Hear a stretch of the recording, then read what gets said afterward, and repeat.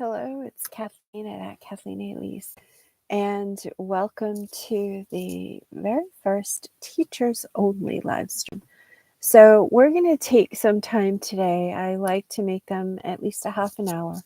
And you can let me know if that's going to work for you, if it's not enough time, if it's too much time. But I figure certainly it's a great place to start.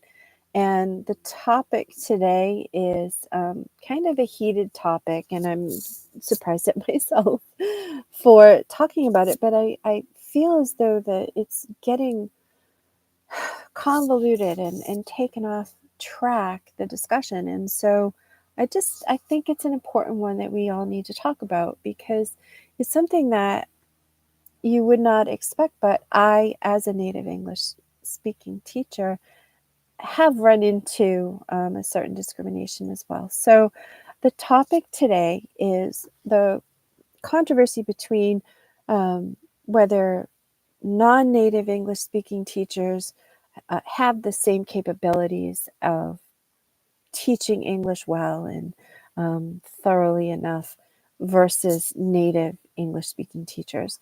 So English speaking English teachers. So let's talk about this. So I haven't said it before, but I'm still delving into this whole issue. I'm new to it, but I've done enough research to really just get this.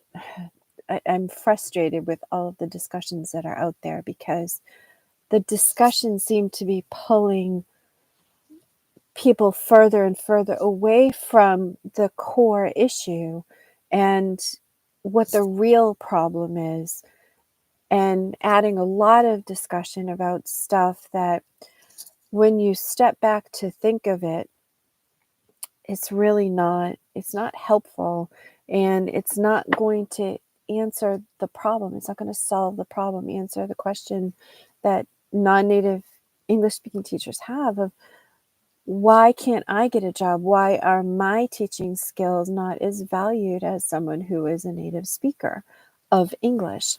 I have more schooling than they do, and yet they can get jobs and they can get better paying jobs than I can. And why is that? I'm a good teacher. I know how to teach. And my students love me and I love doing it. So why can't I teach English? What happens, the discussion has been, and I apologize, me who takes notes all the time, I don't know where my notes are for this one, but the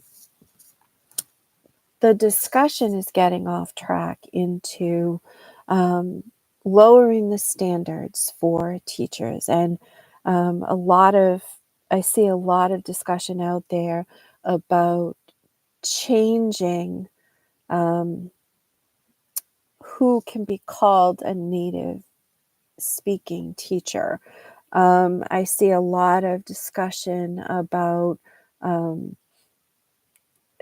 by people, teachers who are brand new. They seem to me, from the way they form their arguments and everything, there's a lot of immature discussion out there about, why I as a non-English speaking teacher should be allowed to teach English and be labeled as a native speaker. But in everything I was reading or hearing from the person saying that, or the many different people saying that in their own way, they didn't have a grasp of the language.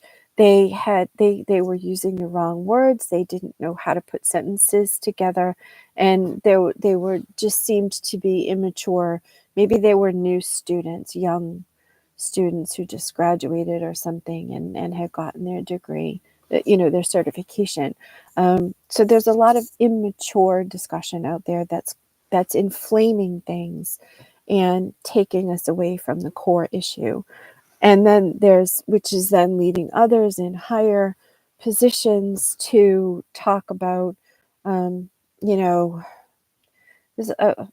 is the phrase? I wish I could remember the phrase, but it has to do with globalizing the English language in the sense of basically stripping it of its culture and everything that makes it English, just because there are so many people in the world who are speaking it, because somewhere along the line, the world decided that English was the language it wanted to do business in, or it wanted to use in the academic community.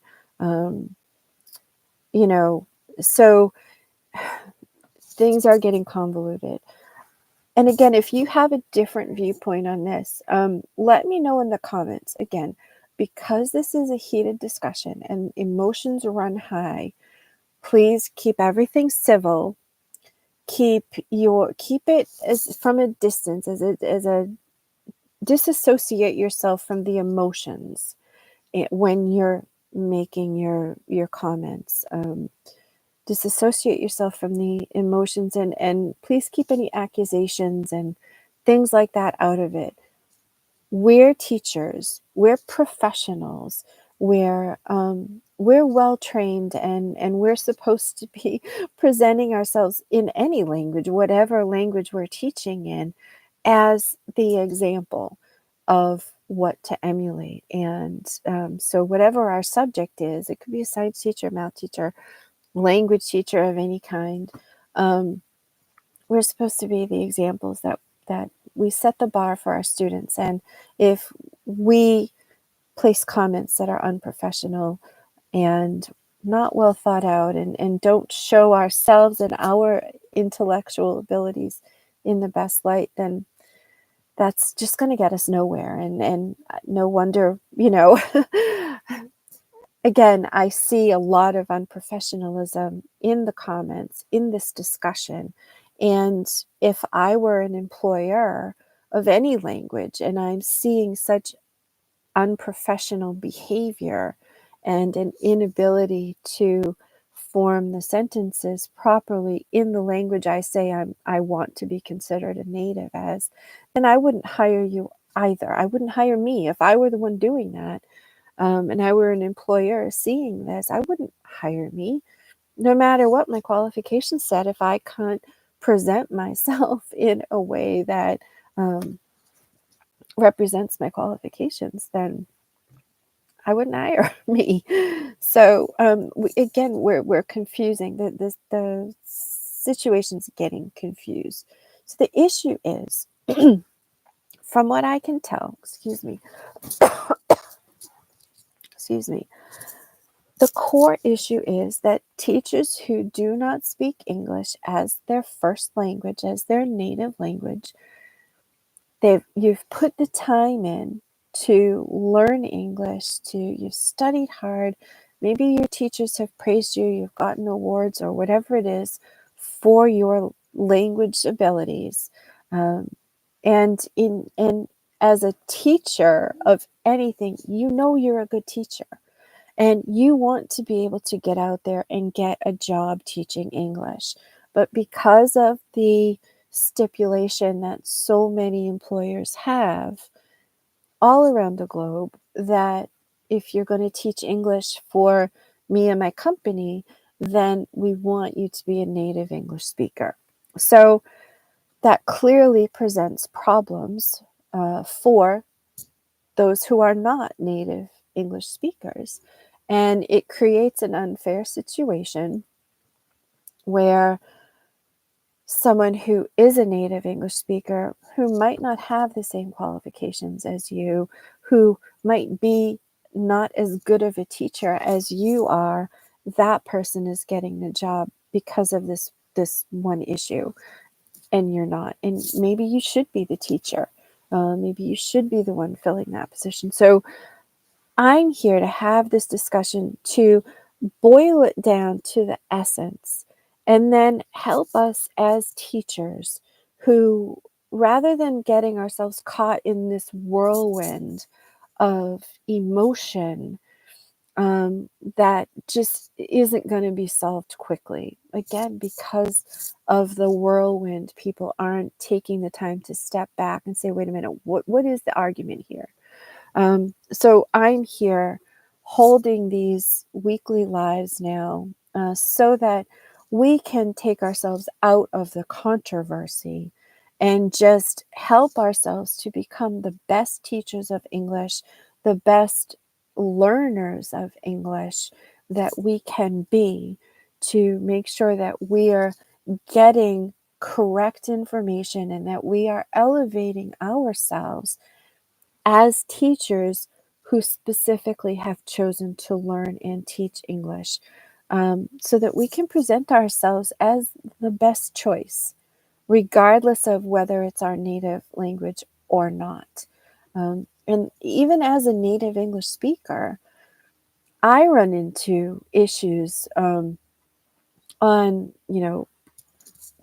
in various situations. I tried doing, you know, um, the language schools, the online language schools and things. And what I found is that if I wanted to get anywhere, I had to accept dirt pay, and I had to be young and cute and happy and vibrant all the time in order to be considered, but my qualifications were never considered. I was never hired on my qualifications. I was hired on the way I run, the way I come across on camera.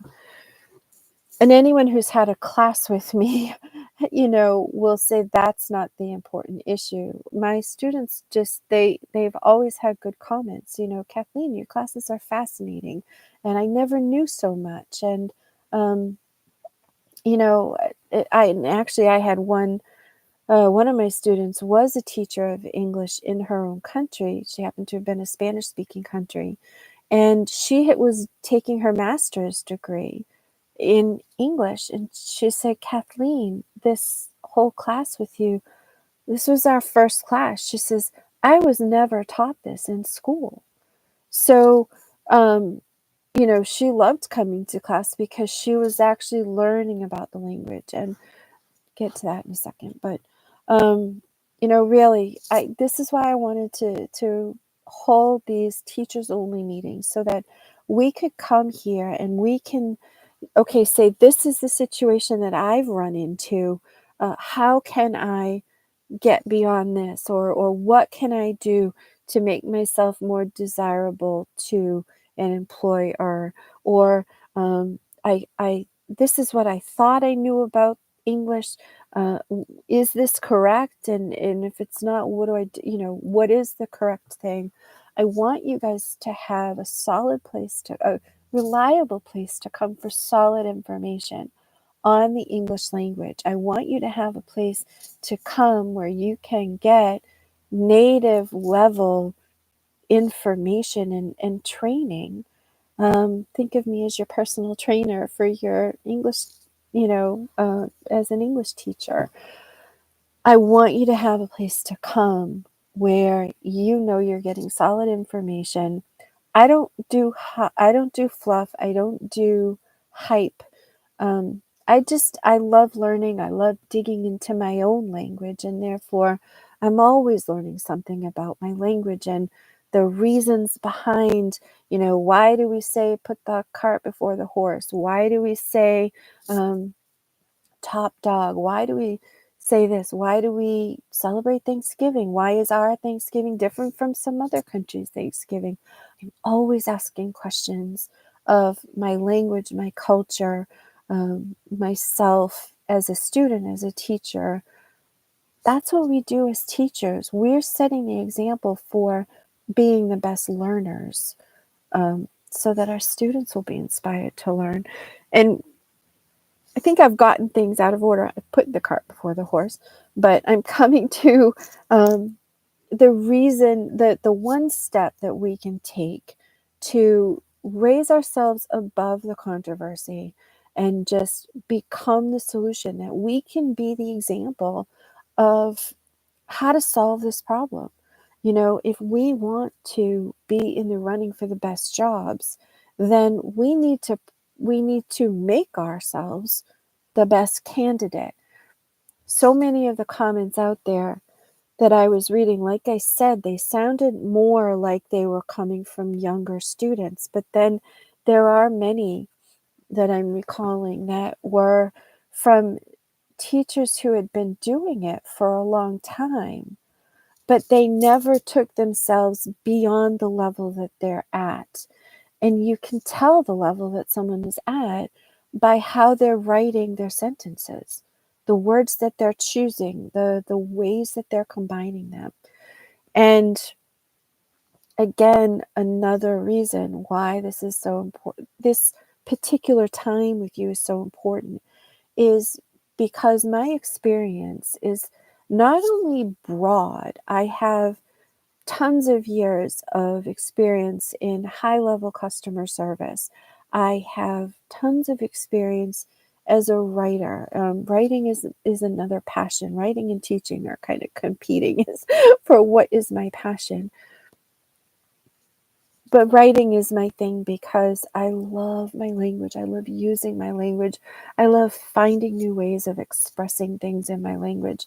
And now that I'm learning, as I learn other languages, I'm trying to get to a level where I can express myself in that language and in that culture as well. Because the more ways of seeing things that you have, that you know about and learn about, the better you can express yourself. So it's our job as teachers to set the example of learning. And so that is my key here. The one thing that I see from everything I've looked at thus far, the one thing that I see that will help us as teachers to break through this controversy and maybe put it to bed, maybe eliminate the controversy. If enough of us do this, then maybe it won't be a controversy anymore, because it won't be an issue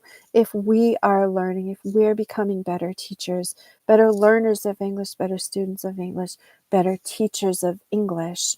If we're focusing on the details, if we're making sure we get it right, then we're going to be the clear choice. And I'm not saying it's going to solve everything, but it's better than whining about it.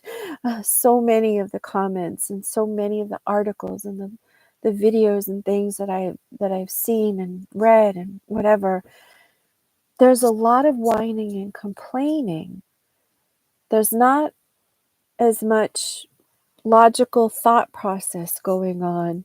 A lot of whining and complaining, a lot of not wanting to do the work, but wanting to get the prize. And a lot of just wasted time. So let's spend our time working on becoming better, working on bringing our proficiency level into a fluency level that will be able to say, hey, here I am. Hire me because I'm awesome.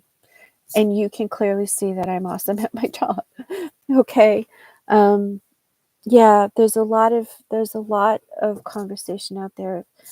People not wanting to put the work in. And I've even seen some non-native speakers who speak English beautifully.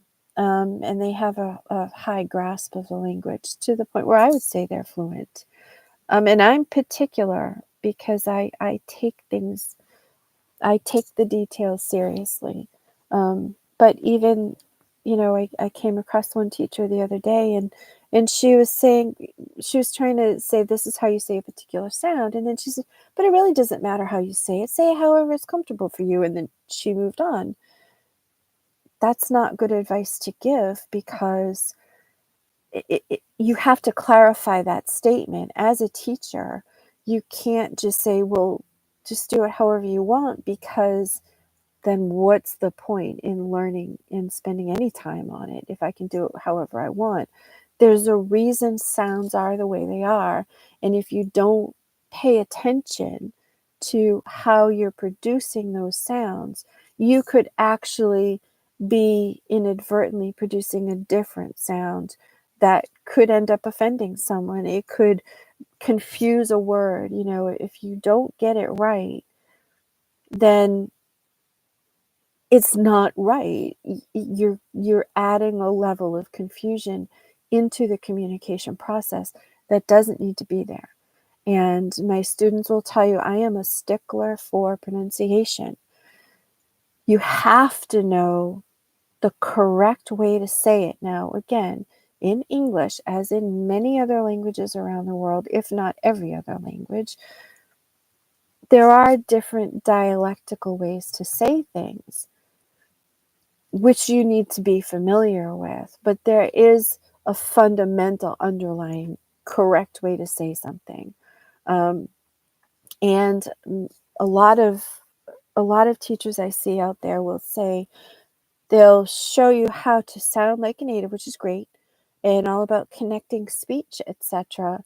And there, but I think what needs to happen is there needs to be a clarification that, which many people don't do. Everybody seems to take the one thing that they know, and as if that is the hard and fast one and only rule, one and only thing that you need to think about in this particular topic. And there are many sides to every topic of a language, whether it's Korean, whether it's English or French or Finnish or Swahili or Spanish. It doesn't matter.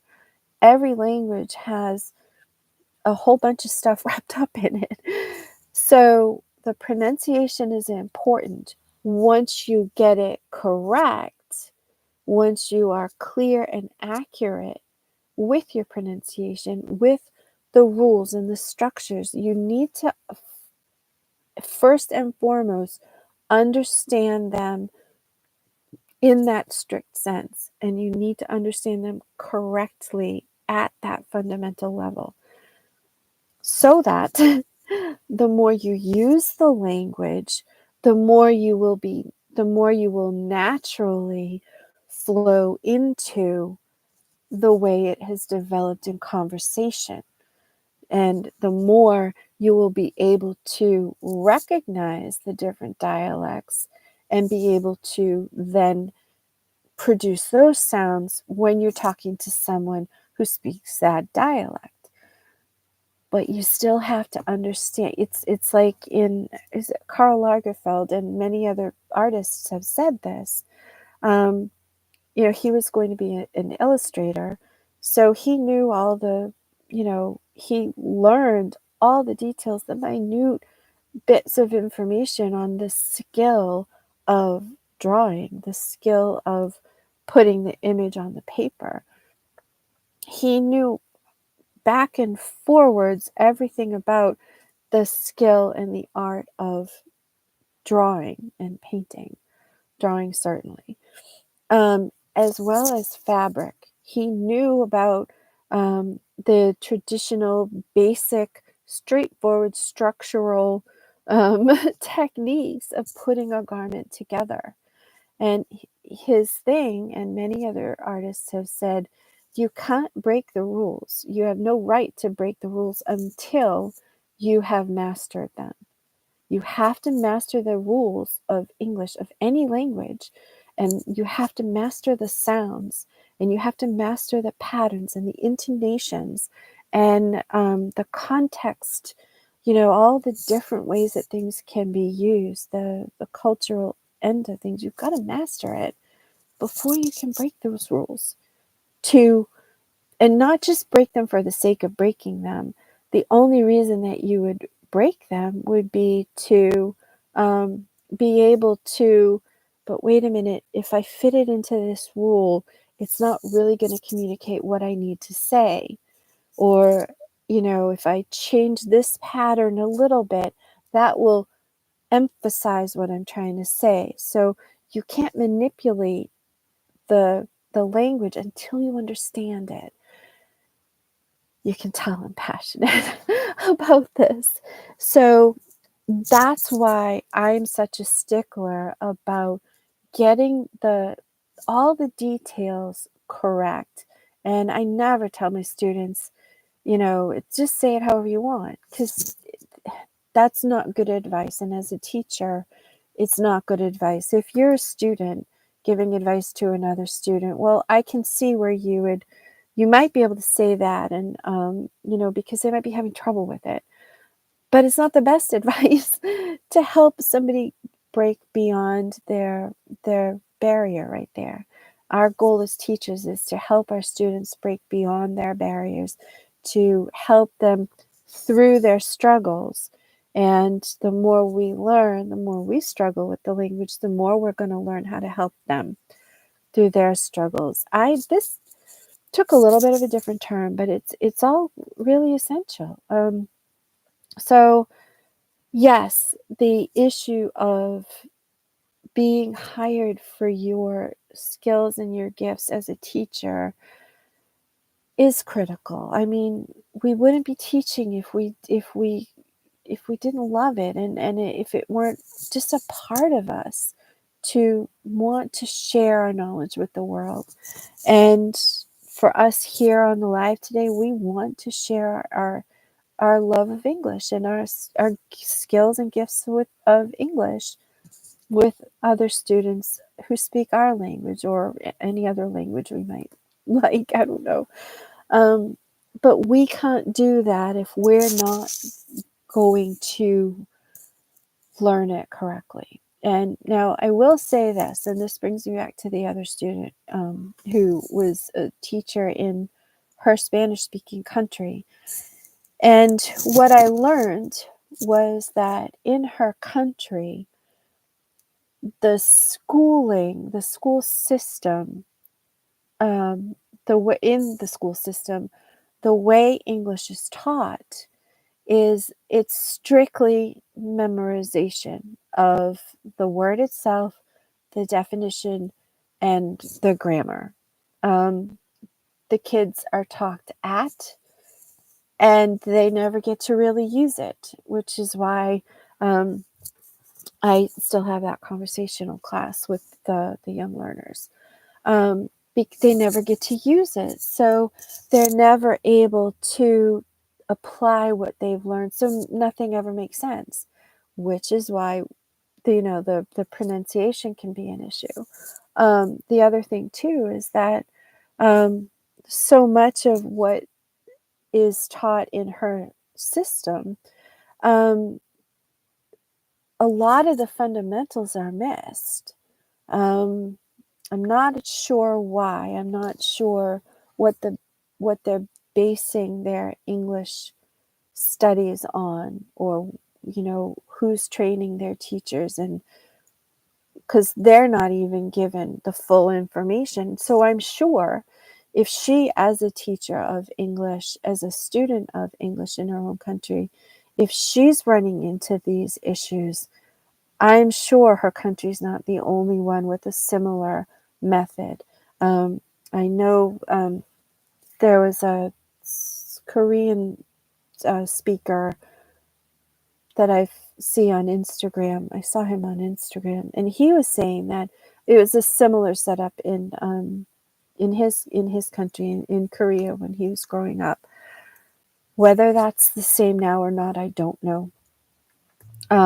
So again, there's two countries that have taught that way in the past: strict memorization and no actual practical application, as well as, or combined with, whole segments of critical information that is not being taught.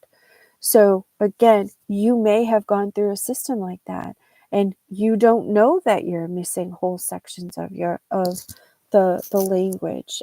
With everything that you've been given, you've worked hard, and you've done your very best, and it shows. And like I said, many of you have gotten prizes and certainly praise for your ability to speak English. But you might not be aware that there are whole sections of the language that are missing for you. So I want to be that resource for you. I want you to come with your questions. I want to answer them for you. And I want us to work through this together so that we can just, while the world is figuring out the whole native versus non-native teacher value and that whole issue, let's take ourselves out of that controversy and find our own solution by just learning as much as we can and helping each other out in the process. Okay.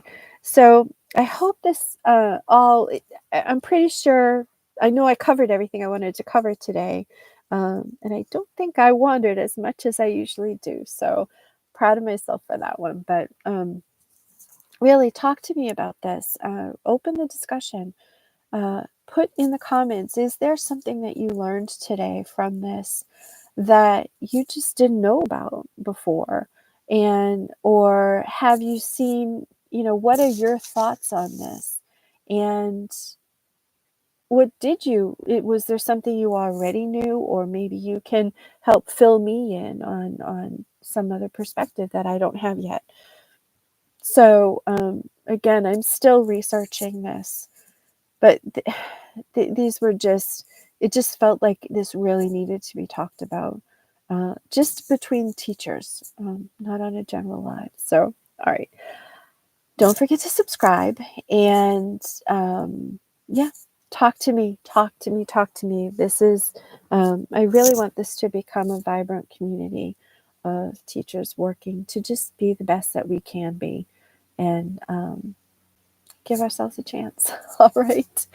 So I hope you have a wonderful day. We will see you next Thursday again at the same time, 1 o'clock Eastern time. If you end the video and you haven't asked me your question, put them in the chat. Again, remember to be professional in any of your comments, professional and kind, because that's what we are as teachers anyway. We wouldn't, I can't, anyway, if we didn't love what we do, I can't imagine us, not being kind. So anyway, all right, we'll see you next week at the same time. All right, bye-bye.